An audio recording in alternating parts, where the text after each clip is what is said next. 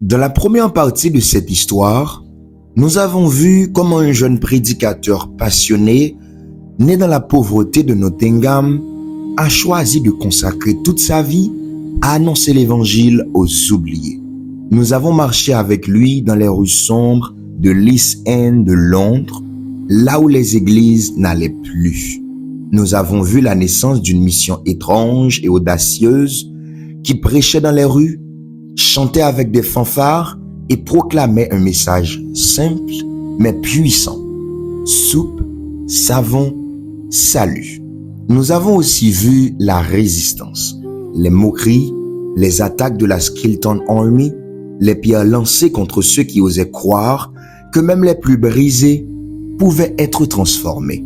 Mais ce n'était que le début, car derrière ce réveil se cachait un prix immense, un prix spirituel, humain et matériel que William Booth et ses compagnons étaient prêts à payer pour voir des vies changer. Dans cette deuxième partie, nous allons découvrir ce prix, mais aussi comment cette vision a donné naissance à l'un des mouvements chrétiens les plus influents de l'histoire. Une vision qui allait dépasser les rues de Londres et toucher le monde entier. Chapitre 5. Le prix à payer. Guerre spirituelle et sacrifice. Dans le cœur de William Booth brûlait une conviction simple mais radicale. On ne peut pas sauver des âmes sans être prêt à tout donner. Il ne s'agissait pas seulement de marcher dans les rues de Londres ou de prêcher l'évangile aux marginaux. Non, c'était une véritable guerre spirituelle, une bataille où chaque heure, chaque pensée, chaque souffle comptait. Les nuits étaient longues, les prières intenses. Les premiers soldats de l'armée du salut s'agenouillaient dans la boue, parfois au milieu des marchés ou devant les tavernes, suppliant Dieu de transformer les pires cœurs de la ville. William parlait de need drills, des nuits de prière sans fin, parfois de 22h à 6h du matin. Catherine Booth insistait, vous ne pouvez pas prier pour que Dieu sauve la ville si vous n'êtes pas prêt à aller dans les rues pour le faire. Et ce n'était pas tout. La Self-Denial Week. Chaque salutiste devait se priver volontairement de quelque chose. Un repas, un loisir, un vêtement pour collecter de l'argent au profit des pauvres. Le but, forger des hommes et des femmes sanctifiés, prêts à donner tout ce qu'ils avaient, même leur confort, pour servir Dieu et les démunis. C'était une discipline de fer. Abstinence totale d'alcool, de tabac et de jeux, vie de sainteté radicale. Mais la guerre spirituelle n'était qu'une partie du sacrifice. La famille Booth vivait dans une mobilisation permanente, chaque jour guidée par la mission. Les enfants, au lieu d'une enfance normale, étaient envoyés aux quatre coins du monde. France, États-Unis, Australie, pour propager le mouvement. Catherine Booth, l'âme du mouvement, écrivait, dirigeait, priait et prêchait tout en luttant contre le cancer. Elle mourut d'épuisement à seulement 61 ans. William, quant à lui, portait le poids de la vision mondiale sur ses épaules, souvent au prix de sa santé et de son repos. William investit sa propre fortune. Il créa des entreprises sociales comme la fabrique d'allumettes sans phosphore pour protéger les ouvriers sans jamais chercher le profit. Chaque sou, chaque minute, chaque effort était dédié à ceux qui n'avaient rien. Ils vivaient souvent dans la pauvreté volontaire, donnant d'abord aux pauvres, se privant eux-mêmes. Et puis, il y avait les rues elles-mêmes, parfois plus dangereuses que n'importe quel adversaire. La fameuse Skeleton Army continuait de frapper. Les salutistes étaient insultés, frappés, traînés dans la boue. Certains bâtiments furent détruits, certaines réunions interrompues. Mais la peur ne les arrêta jamais. Car William Booth avait gravé dans le cœur de ses soldats, tant qu'il y aura une âme perdue, je me battrai. Chaque jet de pierre, chaque insulte, Chaque sacrifice humain ou matériel n'était que une preuve que la mission valait la peine. Chapitre 6. Les colonies transformaient la misère en espoir. Après avoir payé un prix inimaginable, William Booth savait qu'il fallait aller plus loin que les rues de Londres. Distribuer de la soupe, laver les corps et prêcher l'évangile était essentiel, mais insuffisant. Pour changer durablement des vies, il fallait créer des solutions concrètes, structurées, capables de rompre le cycle de la pauvreté. Les colonies urbaines apprennent un métier pour renaître. Booth imagina les colonies urbaines, des centres où les sans-abri et les marginaux pouvaient travailler en échange de nourriture et d'un toit. Ces lieux n'étaient pas seulement des refuges temporaires, c'étaient des terrains de reconstruction humaine. On y enseignait un métier, menuiserie, couture, métallurgie. On y apprenait la discipline et la responsabilité, mais aussi la dignité et l'espoir. Les hommes et les femmes qui étaient perdus dans les rues de Londres commençaient à voir qu'un nouveau départ était possible. Une vie de misère pouvait se transformer en une vie utile, productive et honorée.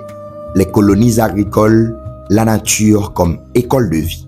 Mais Booth ne voulait pas que la réinsertion soit seulement urbaine.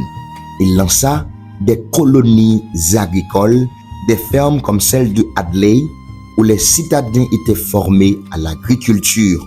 Dans ces fermes, on cultivait la terre, on apprenait le travail manuel et la patience.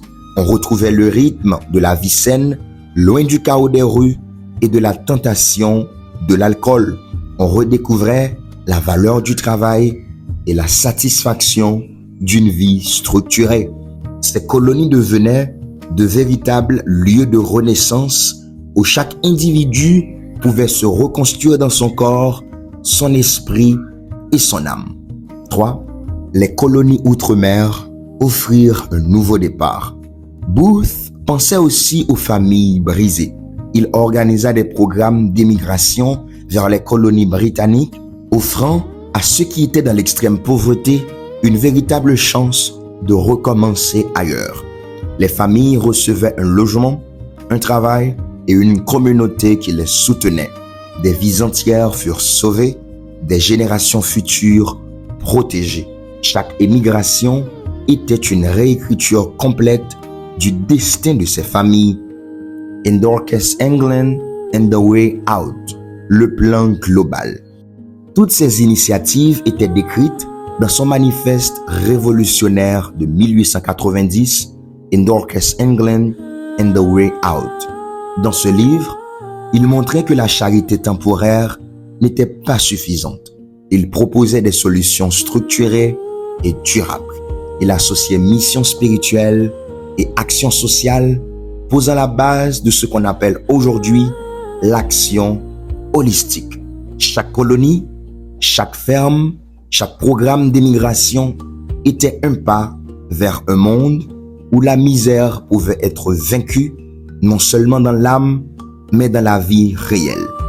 Booth n'avait pas seulement inventé une armée spirituelle, il avait inventé une armée sociale capable de sauver les âmes, transformer la société, rompre le cycle de pauvreté générationnelle. Et tout cela avec un principe simple.